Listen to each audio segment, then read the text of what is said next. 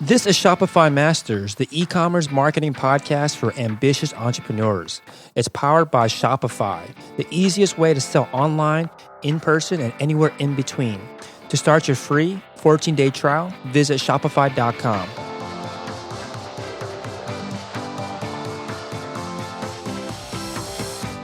Hey entrepreneurs, my name is Felix and I'm the host of the Shopify Masters podcast.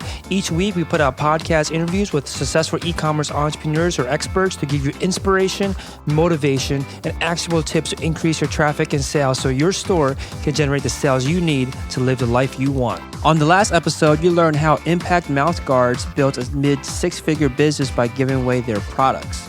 On today's podcast episode, you'll learn from an entrepreneur that sells his services through text messages. On this episode, you'll learn why they decided to rebrand their company over the next year, what obstacles they're overcoming as they're rebranding and what they wish they did differently, and how they sell their services through text messages and what apps they use to do it.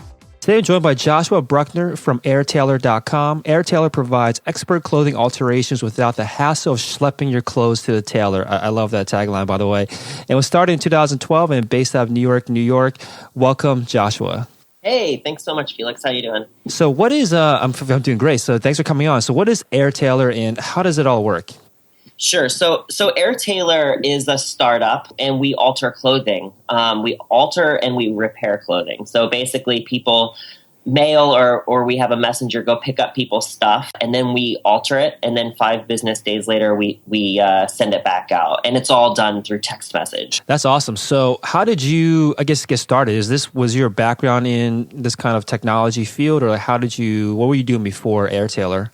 So no, technology isn't really my strong suit. I've always been sort of a guy to try to figure things out. So I sort of stitched the business together. But I started off as a necktie alteration company. So we were called Skinny Fat Ties, or Skinny Fatties is sort of how it looked. But we would take wide neckties and we would slim them down. So we started that in 2012, and then at the beginning of 2016, we launched AirTailor, altering all types of clothing. Mm-hmm. So did you have a background in alterations? How did you, obviously you were doing this already with neckties, and now you've expanded to other things with the new brand, AirTailor. So what was your background? Did you already know how to do this kind of stuff before? No. Actually, I was working in photography. I was representing photographers at a small agency in New York City, and unfortunately, I got laid off and was sort of doing the job hunt. And I really needed interview clothing. So I just sort of looked in the back of my closet and didn't have anything and was like, how can I make the stuff that I already own fit me better? And it was sort of like a novelty idea to take neckties and do that. So I started learning how to do that. And my friends were like, oh, yeah, you should do this as like a business, or go and try to sell these. And I was like, that's kind of interesting. So I did that, and then that's how I started. Mm-hmm. So I just sort of learned on my own through necessity. No, that's cool that you basically took what you needed and did it yourself, and then your friends obviously were very encouraging after they saw the work that you're doing, and they encouraged you to start a business with it. So what was the next step? What did it mean to start a business now that you knew how to alter your own clothing, and now you wanted to, or at least ties, and now you wanted to help others? What was the next step? So I was taking the vintage ties that I went around and found and that I had in the back of my closet, and I was selling those at flea markets and on the side of the street. And then through doing that and interacting with people in real life, people were like, oh, this is such a cool service. This is such a cool product. I would love if you would do this to my ties. So that's what led me. And so I went home, I signed up for Shopify, I got everything going, and it was it was really cool. It was really cool. So that's what led me to doing that. Mm-hmm. So yeah, you needed to have these ties done because you're going for job interviews. You were then selling them in person, these ties that you had found and then altered and were selling them. And people were then saying, wow, I really like this. So did they know that you were altering these ties? How did they know that this was a thing that you were doing rather than just, manufacturing these ties already, altered? So I used Instagram as like a really awesome way to show before and after, and people just like really loved that. And it sort of like took off because I was doing a lot of tailoring for bloggers for free, and it was like really hard to do all this work for free, but it like definitely paid off. And that led me to bigger blogs, and then that led to like bigger press outlets. So it really snowballed and took off. Yeah, this is interesting because you didn't have any experience with alterations before. You did it for yourself. You never did it, I guess, professionally, I guess. And all of a sudden, there's all this attention on you, and people were talking about, your friends and people that you're meeting in person, these bloggers that you're working with. At any point, did you feel like, man, do I know what I'm doing as you're going through this? Because it seems like, you obviously didn't. You learned on your own, and things seem to kind of take off for you very quickly early on. Did you ever have this fear of like, am I an imposter? Like, do I know what I'm actually doing at any point? Yeah, definitely. When I first started, probably like 6 months in, I like ran a really, really big campaign with Gilt City, New York. And that's like, it's sort of like Groupon, but for luxury goods. And like people were ordering like crazy, and it was so highly discounted. And I was like, oh my gosh, I'm doing this by myself. How am I going to manage all of this? Like, am I even doing a good job? This is so new. So like, definitely, like there was so much doubt in the back of my mind. Mm-hmm. And so you were saying that, I want to get to the Gill City thing in a second, but you were saying earlier about how you were working with bloggers. Can you talk a little bit more about that? Like, how were you working with them? Sure. So like usually I would see a blog and I'm like, hey, this is pretty cool. Bloggers or Instagrammers or whatever, usually Instagrammers. And I'm like, hey, this is pretty cool. I should find their email and let them know what I'm doing and see if like I can do this for them in exchange for a quick post on their Instagram or on their blog. And that would usually work out. So nowadays it feels like Instagram is like really hard to market on just because it's so saturated and people and brands like throwing money at these bloggers. So it's like a little bit harder, I feel, in how I've been trying to do it recently.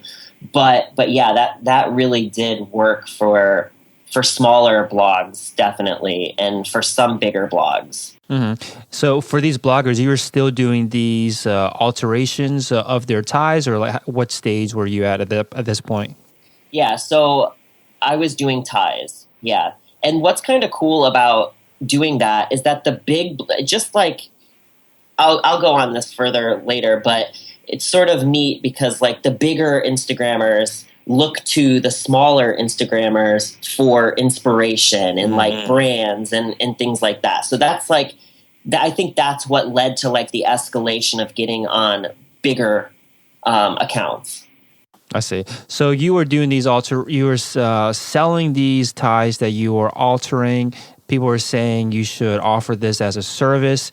And at this point, I think if other entrepreneurs are faced with this decision, I'd almost think people will be split in half to decide, I'm just going to keep on producing these products, or maybe even come up with my own line of ties, or they would go the same route that you took, which is to go the service route rather than making these ties yourself and then bringing them to sell. They would go off and actually start doing these customizations and alterations for other people's products. So why did you, I guess, talk us through that decision? Was it a hard decision to make between going a service route or continuing selling products? It was not a hard decision. It was so early on that I decided to do the service as a service. And I like, it quickly took off. Like, I think we had one article in Time Out New York that was like, hey, check out this like vintage tie reseller that takes these wide vintage ties and slims them down. But after that, and after we started gearing more as a service, it really, really took off, and people were like totally into the idea of taking something that they already own and slimming it down. Because honestly, you save a ton of money. Ties go for like, for the people that buy ties and wear them every single day to work and that spend a lot of money on ties, they go from like $80 to $250 ties. So like we really found our niche with these kinds of people and were able to help them save money. So this Guild City deal that you did, was it for alterations still, or was it selling these already altered ties? Yeah, so it was the alteration service, and it was really highly discounted. It was like, I think we at the time we charged like $34 per tie, which was like a lot. We've since lowered our price, but because we were so small, we charged like a premium fee. But on Guilt City, New York, it was $36 for 2 ties, and we had to like pay for shipping and everything. So it was just like not a good deal, but it was a great way of exposure. It's just like when you're making very small amounts of money, when you're first starting, anything can just throw you off. Yeah, so I kind of want to walk through this timeline again real quick. So you were doing these alterations for yourself, were selling these alterations out in face to face, and then you started offering this service. And what helped, I guess, kick it off? Was it that press mention in Time Out New York, or like what really helped you start that kind of traction? Yeah, it was definitely Guilt City, New York. It was offering that because that led to Details magazine, which has brought in tons of traffic. I mean, Details magazine has recently closed down, I think like at the beginning of this year. But that was like, that brought in tons of traffic for years. So like press backlinks are an awesome sort of gradual traffic acquisition tool. So Guild City it sounded like it was a ton of work, and that's maybe didn't make much of a profit, maybe not much at all, based on what I've heard from other people. And then from there, though, you were able to get a lot of press because because I guess Details magazine in this case, they saw the Guild City deal. Was that how it worked? Yeah, exactly. So when you were working with Details, like what was involved? Did they just reach out to you and say, "Hey, we want to feature you"? Or like how were you able to work with them to get your name out? Yeah, so they reached out and they were like, "Hey, we love what you're doing. We'd love to do an interview with you and put you in our tailoring section on our site." And it sort of lived there for a long time. So we had a phone call, or I had a phone call with a reporter at Details, and then he interviewed me. And I think like the next day we were on details.com, and that was like awesome. Oh, wow. So this wasn't just like a blog post that comes and goes. This was something that stayed on the details.com website for a long time as like not a blog post, but like maybe a section on their website. And you guys were listed as a alteration resource. Exactly.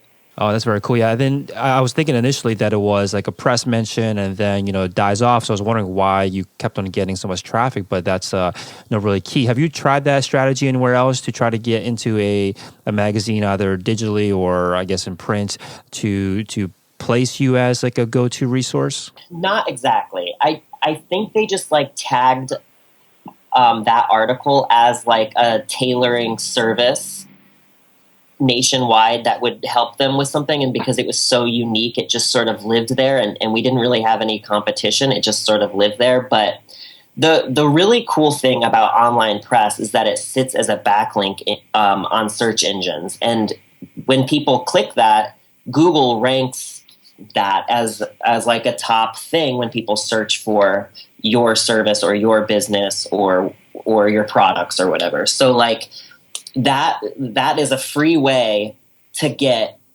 organic traffic that's relevant to you and be the sort of go-to in that field. Yeah, and just for anybody out there that maybe doesn't know a lot about SEO, whenever I guess authority sites like details.com or any other big publication links to you, you obviously get a lot of the traffic right off the bat, and maybe continually from people who's clicking on the link from the site.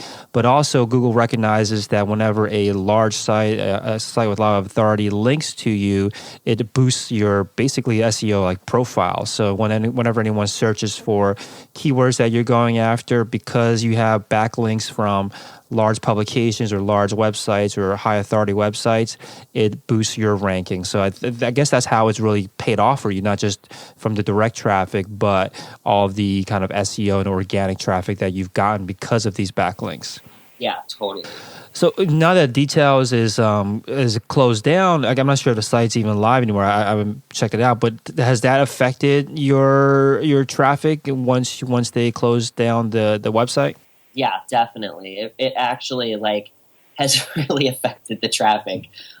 So we've just been like working really hard to get traffic in other ways. Yeah, I guess that does validate the really big benefit of having these backlinks from big publications. But then also on the other side of it, obviously it's played out. You guys have been around since 2012, so obviously this has been beneficial for you for many years now, which I think is the most you can really hope for when it comes to SEO, to get this kind of sustainable traffic for 1, 2, 3 years. But the problem with going after these backlinks is that if you have all your eggs in one basket, then if that's taken away, then it's taken away. So the idea is to try to find as many high authority websites and large websites to get backlinks as possible, so you don't have to run into an issue where everything's kind of just tied to one website. Cool. So let's talk about once you started skinnyfatties.com. I always thought it was called Skinny Fatties too. I didn't realize that. Yeah, I'm sure a lot of people made that mistake. So let's start there, because I know that you've rebranded and is airtailor.com now, but I want to talk about the very early days. So skinnyfatties.com, you got these mentions in a lot of in big publications, drove a lot of traffic. How were you able to keep that going? Like, was it all reliant on the press mentions, or did you have other kind of marketing strategies to get your first 100 customers, 1,000 customers on skinnyfatties.com? So I really relied on press to get the word out. I'm trying to think back to like what I did. Yeah, I mean, I relied on press.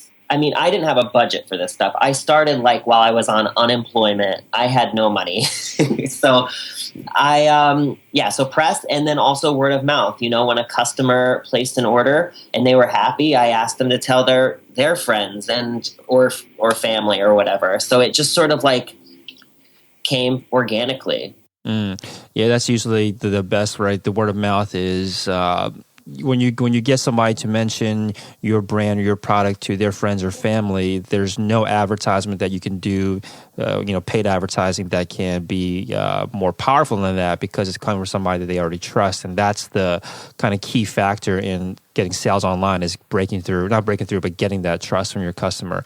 So I think word of mouth is definitely huge. And so you encourage people to talk about your brand to their friends and family. How did you encourage this word of mouth? Well, first off, I did a really good job on altering neckties, and I think that speaks for itself. Mm-hmm. Since we're like the only people that do this, it sort of like led to that. I also set up a referral program. It wasn't wildly successful in terms of like people sharing it, but I think that like naturally let people know that we're looking for new customers. When you were starting out, it was really easy to get your, brand spread and to encourage this word of mouth, because you had the product already. And that's a really good point. That's really key to getting word of mouth is by having a product people actually want to talk about. So one is to have a great product, and two is to have a unique product. Because if you're just selling, I don't know, paper or something, no one's going to care to talk about that, because it's not something new or unique that people can talk about. So that doesn't mean that you can't find an interesting. That doesn't mean that you need to have a organically interesting product. You can always find different angles, different stories to make your product something that people want to talk about. But for you, the product itself was already interesting and unique enough for people to talk about it. So now when it came to actually being the first in the marketplace, did you find that there was a lot of competitors that are coming into the space because they saw your success or saw that you're doing something that wasn't being done before? Was that an issue? Definitely not. There's only one other competitor in that space, and they've been around for many years, and we actually got a lot of their work from customers that weren't happy and like was like, hey, can you fix my tie? It's sort of like messed up from this company that did it. So and since they're so old school, they really weren't like doing a great job with SEO or with marketing or anything online. They've got like an offline shop. So yeah. So you think that these these customers, they went to your competitor offline, like in their store. They didn't get the kind of great product experience. Then they went online to search for like a company that can alter them and fix the issues, and that's how they came across you. Yeah, so we're not like a tech company. We're just online, and I think that like the new standard now is that you really have to have a pretty solid foundation online and have a good online presence. And I think any customer really looks for that first. If somebody makes a restaurant reservation, I'm always like going online to look at the menu. If they didn't have a website, it'd just be much harder. So like I'm always like looking online as a consumer, and I think that you really have to heighten your standards if you have a business. So yeah. Yeah, that makes sense. Even if you are predominantly selling offline or wholesale or in person, it's still valuable to have a strong presence online, because that's the first place that's the first impression anybody gets of you, because they might hear about you. They might not even get to go to the store right away. They might go online first and do some research, look up some reviews. So even if you don't do a lot of sales online, it's still important to have it, because that's, like you're saying, a first impression. And if you don't have anything online at all, that's still an impression in itself, by saying that, hey, you're maybe not a legitimate business because you don't have much of a presence online. Cool. So let's talk a little bit about the actual running of the business. So how does it, or maybe let's transition to Airtailor then before we get there. So since 2012, Skinny Fat Ties, you're running it. 2016 was a launch of, a rebranding into airtailor.com. So talk to us a little bit about that decision to go from Skinny Fat Ties to airtailor.com. Sure. So over the course of running Skinny Fat Ties, sales were growing every single year. I mean, it was incredible. It was probably growing by more than double every single year. So awesome. Like, that was really great. That was great, but I also felt a little bit like pigeonholed on what we could offer. So I started selling other things, like cool Brooklyn goods that like the man that I thought would shop for our tie service would love. And then I like tried to sell ties that were like that we made from scratch, and I tried to sell tie clips, just like little things that I thought would like sell, and I always experimented with like selling something else. And to be honest, nothing really worked out. It didn't sell very well. People weren't excited about it. So I sort of went to the drawing board about a year ago. So May of 2015, I was voicing my concern with my mentor, and he was like, well, why don't you consider like altering shirts and pants? And I was like, that's really scary, and I probably won't do that. And so then like I went home and I like really thought about it, and I spent the whole weekend like conceptualizing how that would work, and how I could take what I've built with Skinny Fat Ties and that alteration service and apply it towards an alteration service for all types of clothing. Like, I knew one of the reasons that Skinny Fat Ties worked out was because really nobody was doing it. Nobody was doing it as conveniently as we were offering it by doing it online and everything. And it was just such a unique service, and there was like such a novelty aspect to it. So I really had to find how Airtailor would be able to compete with a local tailor, and how we were sort of offering a differentiating factor to what we would be doing. So yeah, I sort of like worked on like, how can we offer alterations without in-person fittings? How can we be more convenient for people? And tried to answer those questions. And also, like, what are our overarching goals? Like, what do we want to stick to as we scale? Lots of great things there. I want to start with first about how you were doing really well selling one type of service, or maybe someone out there that's listening, they're doing really well selling one type of product. And this success has gone on for a few years now, and then you start feeling that even though you had all this growth, and you said 100% growth every year, double, each year, but you still didn't. I guess not necessarily weren't happy, but you felt like you could be doing more. You didn't want to be pigeonholed. I think this is an experience that a lot of people have when they start getting some success, and they start thinking, okay, what should I be doing next? So you started thinking about selling more products that, at least when you talk about it, sounds very complementary, right? Sounds like things that you could upsell to your existing customers, but it didn't work out. And I really want to talk about this because I think this is a situation a lot of other store owners run into, where they think about expanding their product catalog but don't know where to go. And in your case, you did expand your product catalog and it ended up not working out as well as you had expected. So why don't you talk to us about why you thought that it did work, and why do you think it actually did not end up working when you added these seemingly complementary products? Yeah. I think, honestly, it's two things. The first thing is that our demographic for skinny fat ties was Wall Street guys that are between the ages of 25 and 60 years old that wear a tie every single day. They're like Manhattan guys, or like very metropolitan kind of guys that are sort of up to trend with what they want in their necktie. Obviously, it's such like a unique, specific service. And they're like very black and white, analytical kind of guys.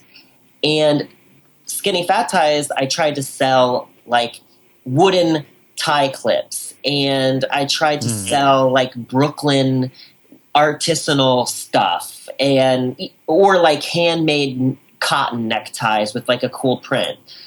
I just never, because that's me, and I just never felt passionate about selling anything other than something that was me. I see.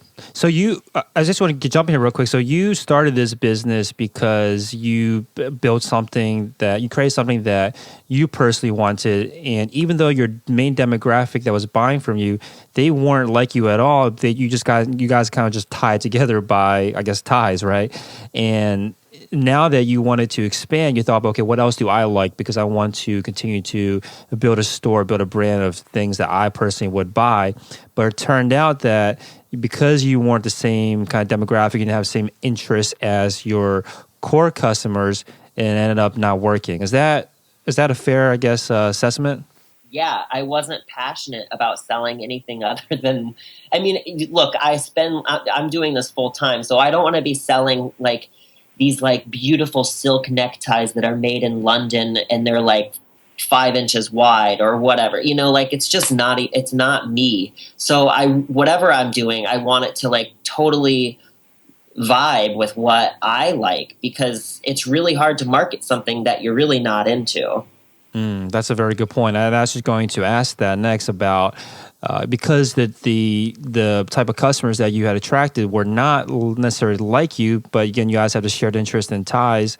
Did you ever consider, how did you have to, I guess, change your marketing? Was it just solely specific on, I guess, branding or marketing the ties itself? Like, I guess my main question is like, how were you able to market and sell to these Wall Street guys that weren't like you, even though you guys were both interested in ties? Like, how were you able to change up your marketing, even though that it didn't necessarily represent who you were? Yeah. So I believe in design, and like I really think that the design of a brand obviously really speaks to who the brand is. The brand has always been like a little bit like cool and edgy, and I think that like the guys that we marketed to were like sort of into like a brand that's like on the cusp of like trendy and edgy, but we were never really like, we weren't redesigning their ties. We're just like doing this service. So I didn't think people really cared about what our Brooklyn brand looked like. I think it was just the fact that we offered this service. You know what I mean? I think that they were like, it's a cool looking brand. Like the brand looks tight.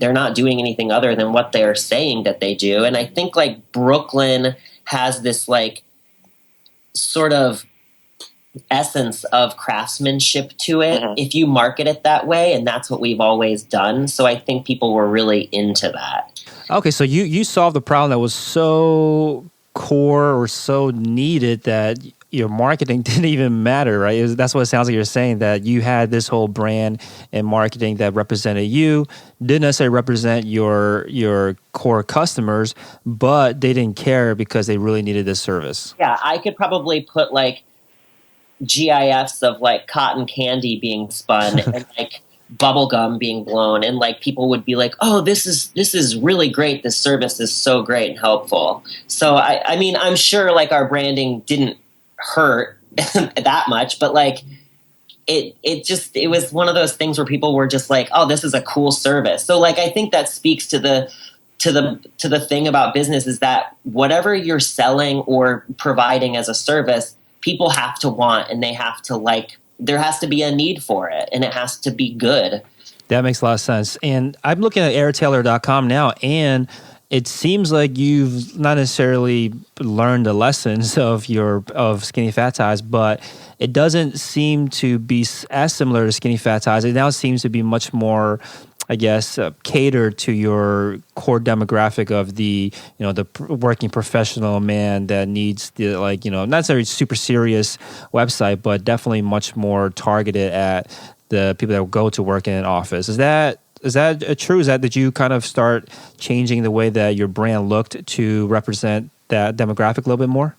Well, what's interesting is that Airtailor's new demographic, and I'm still trying to figure out exactly who that person is, and that's just part of the struggles of being a startup, and I guess the opportunity to learn, but we haven't defined it yet. I guess like my goal in starting this business was that I really wanted a brand that was slightly neutral, that could speak, because we tailor for both men and women, and I really wanted this to look like anybody could use it. So that's probably like a bad thing, that like I'm trying to like capture everybody. I did learn a lesson, and I guess this time around I'm just sort of keeping it open-ended and like making it very clean, and giving like a very simple look to what we do. Yeah, I can definitely see that. So I want to take a step back. When you said that you were still thinking about what you should be selling next and didn't have that much success with the products that weren't that you liked but weren't, I guess, catered to your core customers, you said you talked to your mentor about what to do next, and your mentor suggested that you start tailoring other things than ties. You said that's very scary. So tell us a little bit about that. Like, why did you feel, I guess, scared by that thought of tailoring other things? Yeah, it scared me because I had never really delved into that before. I sort of helped some friends out and with alterations for their shirts and pants, and I've done some stuff for myself, but I was by no means like a professional seamstress or tailor or anything like that. I had just really new ties. So that's why it scared me a lot. Did that mean that you had to hire help? Like, how did you transition from just altering ties to now, I'm looking at your website, pants, dresses, adding buttons, boots, watches, like you're doing a lot of new things now. So how did you expand your company's skill set to include all these new things? Well, I didn't start immediately. Like, I didn't make a website and say, hey, we do this, like, we're taking orders. I started conceptualizing in May and worked on it and did 2 betas, did tons of testing with local tailors, and then eventually I hired a tailor. So that's how, is that like I just sought help from experts. I like that you kind of took a methodical approach, and I just want to get the timing right. So this was May 2015? Yes. Okay, so about a year ago, you decided to start doing this. So how did you, I guess, offer the service? Were you just emailing your old customers? Like, how did they know about this? I guess when you're beta testing, how did you bring in beta testers? I didn't reach out to my old customers because I really wanted to have a refined product that could match the service standards that we had set for Skinny Fat Ties. So I didn't include them in any of the beta testing. Instead, I had a landing page and I posted, or I had someone post to Product Hunt, to Beta List. We were on some like cool tech blogs. So like I just sort of like tried to get beta testers that really understood what beta testing was. And for those of you out there who don't know, beta means when a business is in beta, it means they're testing to sort of perfect their service or product to early adopters. And usually people that sign up for a beta are people that totally understand that you're testing and they're helping you refine the product before it's on the market. I like that approach where you almost distanced it from your brand at first until you could refine it, because you didn't want a kind of a new project to taint the experience that that your current customers already have with Skinny Fat Ties at that time. And you said you worked a lot of local tailors. So I think this is also another, I guess, situation that entrepreneurs run into, which is that they have this fear of, or me too included, we have this fear of when is it going to be ready to unveil to my current customers, unveil to my friends and family, because while you're doing this on the side, or not on the side, but while you're doing this kind of undercover, you don't have to worry about any like public embarrassment or anything like that. But then once you are coming out and say, hey, this is a new thing I'm releasing, then all attention's on you. Now the kind of pressure is on, and not only are you launching to like friends and family, you're talking about launching this to all your existing customers as well. So talk to us about that. What kind of emotions were involved? Were you afraid to launch this at the time, that even though you went through almost a full year of testing? Yeah, it was really scary because that's my income. I work full time doing Skinny Fat Ties, and like I'm transitioning customers over to something entirely new. We all know that people don't spend a lot of time reading everything and understanding everything. So when people are ready to place their tie slimming order again, will they know the steps? Are they educated enough? I mean, something that we didn't really mention is that Airtailor is done completely by text message. How will this demographic of these Wall Street guys that are between 25 and 60 years old respond to this new sort of technological approach to ordering something? And all of these questions sort of like filled in my mind, causing me major delays in releasing the final product. Yeah, let's talk about I want to get to SMS thing and text messaging in a second, but I want to talk about this other thing about rebranding. And yeah. I feel like it's when someone launches a business, they kind of go through this hesitation because they want to make sure they get their branding right from the beginning. They want to make sure they get their logo, the name, everything right from the beginning, because you can't, supposedly you can't change it later, right? Because it's going to be a lot harder to change it later. So they want to get it right the first time. So obviously, there are concerns with that. But you've gotten to the point where you've had a lot of success already. Now you're going to rebrand your entire company that's already successful. There's one thing to rebrand when you're not having success, but now you have skin in the game and you have something to lose when you rebrand. So talk to us about that process. Like, how do you successfully transition from one brand to another, and then also have all these new kind of products that come with this new brand? Yeah, so we're still in transition mode. So right now, there's two websites that are entirely different. So skinnyfatties.com still lives as a tie slimming service. So if people find it through SE or through like a search engine, they can land on that and they can get their tie slim just as they were before.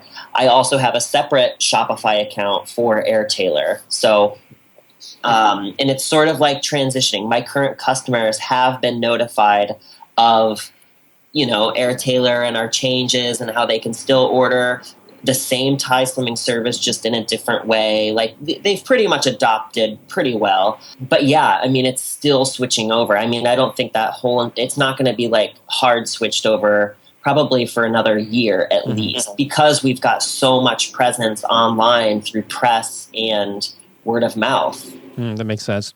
So what kind of obstacles have you had to run into, because you're in the middle of this transition still? What kind of obstacles did you run into that maybe you didn't expect while going through this rebranding? Well, I have to be completely honest and say that our sales like really dropped off when I switched over Airtailor. I thought we had like a really cool transition that would like notify people, but it's really our recurring customers have sort of not been recurring after, and that's really hard. Starting Airtailor is essentially, when I started Airtailor, I was like, oh, this is great. It's a service expansion from Skinny Fat Ties to Airtailor. In all reality, it's starting a second business. I mean, it's a totally different animal that eats different than the old animal that I raised. So it's a totally different demographic. So that's been a real struggle in getting people to use the new brand. But really what I've been focusing on is building traction with new people for this brand. Cool. Yeah. So one more question before we move on to this new brand. So if while you're going through this, and because you've been doing this transition from Skinny Fat Ties to Airtailor for a bit now, are there any steps that you now look back on that you say you wish you took to make this process a little bit easier? I would say that I would do more market research in terms of starting. And that means, because right now it's sort of like a catch-all, like, oh, anybody, please, we do alterations and repairs. If I were to start over, even though we did tons of testing and I interviewed people like crazy, I would love to have like gotten some more statistics about the alteration industry and about who uses a tailor specifically. I think that, we're starting to look into that now, but I think that would like really sort of dictate how to market to people better in a more specific way. I see what you're saying. Cool. So let's move on to Airtailor. So this was actually a pretty, not pretty common, but a timely topic that I've been hearing more and more about. And it was something that was mentioned on a podcast episodes, maybe like 5 or so back with the CMO of Shopify, where we talked a lot about conversational commerce. So maybe we'll start there. What is conversational commerce? Sure. So conversational commerce to me is when you use conversation to buy something with a company. So you're talking to a company and the service is not through clicking a call to action that says buy now, but instead being like, hey, I need to buy this. And then they send you a link to pay or they just charge your account. So that's conversational commerce. Yeah, one of the best ways I've heard it described is almost like a concierge service, right? It's not like you go into a store and you buy something off the shelf, and it's not so hands-on where you have to be in person and they, create an entire custom-made suit for you. It's somewhere in between, in the middle, right, where you have there's still hand-holding involved. And I guess this is for you, this is all done through text message. Is that correct? Yeah, exactly.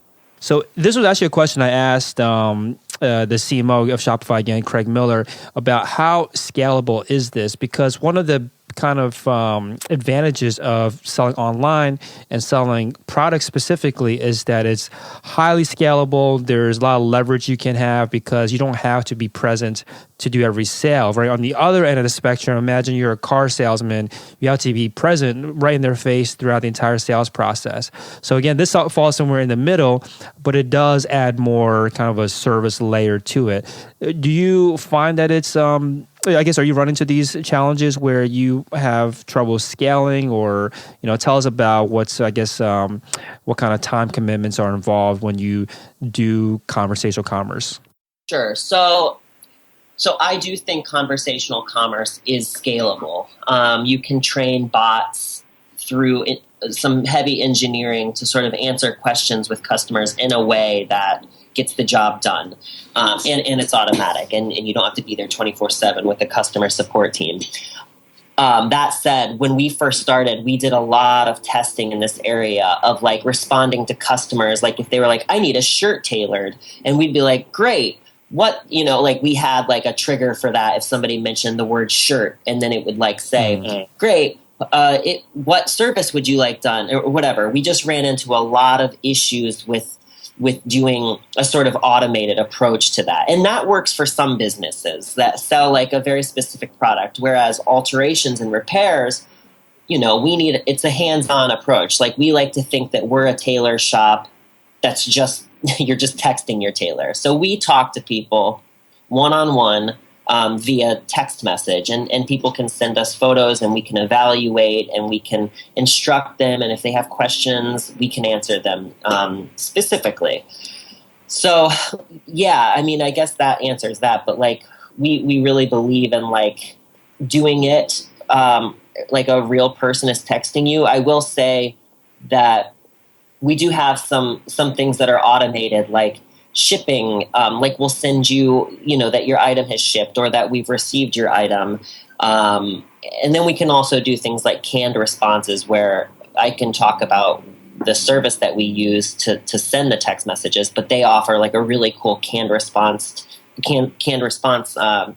system where you can like have something already queued up and fire it out.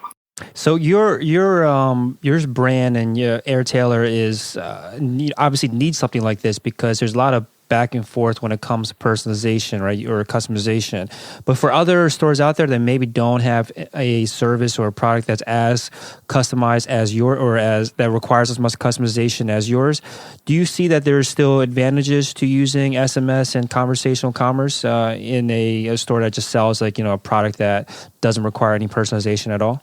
Yeah, absolutely. So there's a company called Magic, and these are new startups, and then another company called Operator, that basically you can order anything you want through conversation. Magic is through text message, and Operator is through an app where you chat with somebody. I don't know the specifics of if it's automatic or if they're chatting with you in person. I think that's sort of the beauty of it, is you just don't know. But yeah, I mean, we're seeing more and more companies move over to using conversation to sell. Chris Messina, the inventor of the hashtag, actually wrote an incredible blog post saying that 2016 is the year of conversational commerce. And because we're seeing companies like Facebook use Messenger, you can schedule an Uber within their Messenger. WhatsApp, I think Snapchat, Telegram, all of these things are sort of emerging as a more of a commerce approach through conversation. Yeah, and this is something that I talk about a lot, which is that if you want to beat the big competition out there, there's no better way than with customer service. And if you are able to either actually have a team of people answering these things, or create a more personalized experience through these automated services or bots, like you're saying, I think it's definitely one of the ways to separate you from the pack, because people want to interact with or talk to salespeople, or talk to people that know about this. And I think live chat was probably the first kind of incarnation of this. If you go to a website and live chat bubble pops up in the right hand corner asking if you need any help. I've seen statistics and case studies all the time about how many times they're able to close a sale just by engaging in a conversation on the website. But you're taking this outside of the website even, and now you don't have to be on a website to have this conversation. It's all through text messaging, which everybody has access to. So if someone out there wants to get started and implements a conversational commerce or text messaging based service to their store, to their brand, what's the first step? Like, what company do you work with, and what's involved? Sure. So I work with a really incredible company called Sonar, and their website is sendsonar.com. But it's really cool. They actually have a Shopify app, but it basically connects you with your customers and hooks into it and lets you like really get in touch with your customers in a way that you really couldn't do before. So, and it's all through SMS, and they text, and then they also have like a way that you can chat with people through your Facebook page. And that, I mean, it's pretty incredible, like what you can do and what you can really accomplish through text message. Awesome. Yes. So to close it out, I want to talk about the favorite resources that you use to help you run your business. So other than, again, sendsonar.com is the one that you use.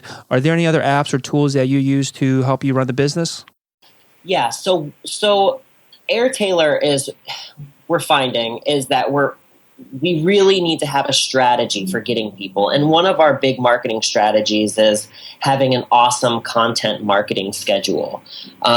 So that's really important to sort of engage with people online that sort of naturally find us through Google, because we talk about hemming pants, or we talk about another service that we provide. So we use a really cool app that's like small and stupid, but we're finding a lot of success with, called like Related Posts. And it just basically at the bottom of a blog post shows you a couple other blog posts that you've written, and we'll sort of highlight that. And then people don't just drop off on that blog post, but they click another blog post and read a different topic that you've talked about. I like that. So is this like a for WordPress or for Shopify? How do you find this Related Posts? That's a Shopify app, so you can just search for that. Okay, cool. Yeah, I think that's important to keep your visitor engaged, because tons of statistics out there as well. The longer that they are on your site, the more likely they are to convert. And you just kind of, the goal is always to pull them deeper into your universe, your brand's universe. So if they get more and more exposure to the things you're talking about, you're going to be top of mind when they need to buy, or when they are ready to buy a product, and yours is going to come top of mind. And on top of that, Google also encourages this too for SEO reasons. You don't want someone coming to your site, reading one thing really quickly and then leaving. From like let's say they search for hemming pants, they come to your site, read something real quick, and then bounce off of your page. That sends negative signals to Google. So if you can keep them clicking and going deeper into your site, great things again for your organic search rankings. So other than Related Posts, any other apps that you use to run the business?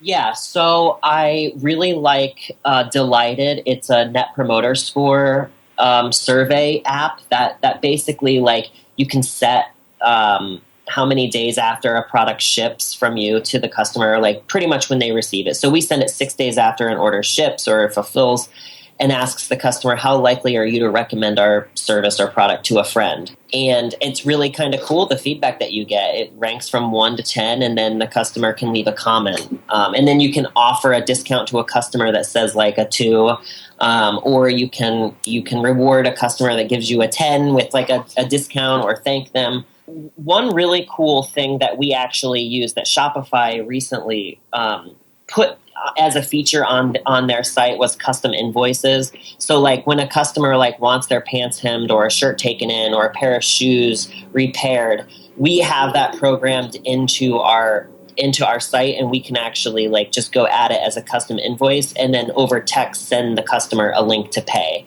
So it makes it really, really easy to sort of integrate with like a conversational approach to e-commerce. And then the other thing, that if you don't use Sonar, or if you just sort of want to make it easier to sell from your product catalog online, would be an app that Shopify recently released called ShopKey. And basically, if you've ever heard of like an emoji keyboard on your iPhone or whatever, it basically like shows your products as an image in your keyboard. And then like whether you're commenting on an Instagram post or over Facebook or whatever through your phone, you can click like a picture of the product that's in your store, and it will send as a link, which I think is really cool and definitely makes things easier from both your end and the customer's end when you're helping them save time and yourself. So I like ShopKey from what I've read about it, but definitely look that up because it'll help you sell more. Yeah, this definitely seems like the key to running conversational commerce at scale. Because I read the kind of description here, I think it's one of those things you have to see in person on your app, or just take a look at and it's not a Shopify app like in the App Store, it's on the iTunes App Store. But it says here you can send links for any product in your store, paste product images into any conversation, search your entire catalog right from your keyboard. And take a look at the screenshots. I think it really describes it well how you can use this if you want to get into conversational commerce. What's in store for the rest of this year? What do you have planned for as you're going through this transition into Airtailer? Any other goals that you want to hit this year? Yeah, so two things. The first thing is that we're really focusing on partnerships. We're trying to work with e-commerce stores that can tell their customers about us. So, like, if a customer is shopping for a shirt on us online, and then they receive the shirt in the mail, and the shirt doesn't fit, and usually people return it because it doesn't fit. We want to just put our card in there or somehow get this customer to know that, like, hey, there's an alteration company that can help because they do the alterations without any in-person fittings, and it's sort of like online as well and sort of matches the customer demographic of the company that bought originally, or the customer that bought originally. So that we're really focusing on partnerships of big and small. And then the other thing is we're just building traction. We're trying to get people to see how easy it is to use our service. I mean, it's pretty incredible that you can just go on and text with a company and, have something altered. So if they, good thing that you're on a podcast with a bunch of listeners that own stores. So if they want to work with you on a partnership like this, what's the best way for them to reach out to you? Sure, you can send an email to hello@airtailor.com, and we would love to work with you. We're actually working with some pretty cool stores right now in Los Angeles and in New York that are both telling their customers in their stores and also just including like a small card. And we can send these cards to any store in the U.S. So wherever you're sending in the U.S., include our card because we serve nationwide. So I feel like we should have covered this a little bit earlier, but I don't think it's an issue to throw us at the end either. But we talked obviously about how skinny fat ties work. We introduced AirTailor. So maybe you can talk us through this process real quick. Someone wants to get let's say a shirt tailored. They open up their phone and they send a message to, and then I guess take it from here. Like they send a message to you, and then what happens? Sure. So let's take a step back. The moment that you sign up for AirTailor, we're going to shoot you a text saying like, hey, Felix, welcome to AirTailor. Can I send you a welcome kit? And the welcome kit includes safety pins, collar stays, a measuring tape, a card from us, and also packaging to mail us your first garment. And then so say if like you need a pair of pants hem, you would just text AirTailor and say, hey, AirTailor, I need a pair of pants hemmed. And then you put a safety pin where you would like the pants to be hemmed to on only one of the legs, and our tailor receives it, tailors it down. Within 5 business days, it's shipped back out to the customer. We send the customer a prepaid shipping label so that they mail it to us. Shipping is only $5 total, and that includes both ways. So it really is a convenient option for people. Awesome. Yeah, I think that's a great service. I'm going to have to take a look at it. I think I have a few things I need altered too. So thanks for coming on, Joshua. So airtailor.com, AirTailor.com is the website. Check it out. Be sure to reach out to Joshua if you have any, if you want to work with him on a partnership. I think it's a great opportunity to work together. So, again, thanks for your time, Joshua. Learn a ton. I'm sure the audience also learn a ton, especially about conversational commerce. I think you're right that this is an opportunity for a lot of stores to really separate themselves from the pack. So I'm really excited to see what stores come up with over the rest of this year. Thanks for your time, Joshua. Cool. Thanks so much, Felix. Thanks for listening to Shopify Masters, the e-commerce marketing podcast for ambitious entrepreneurs. To start your store today, visit shopify.com for a free 14-day trial.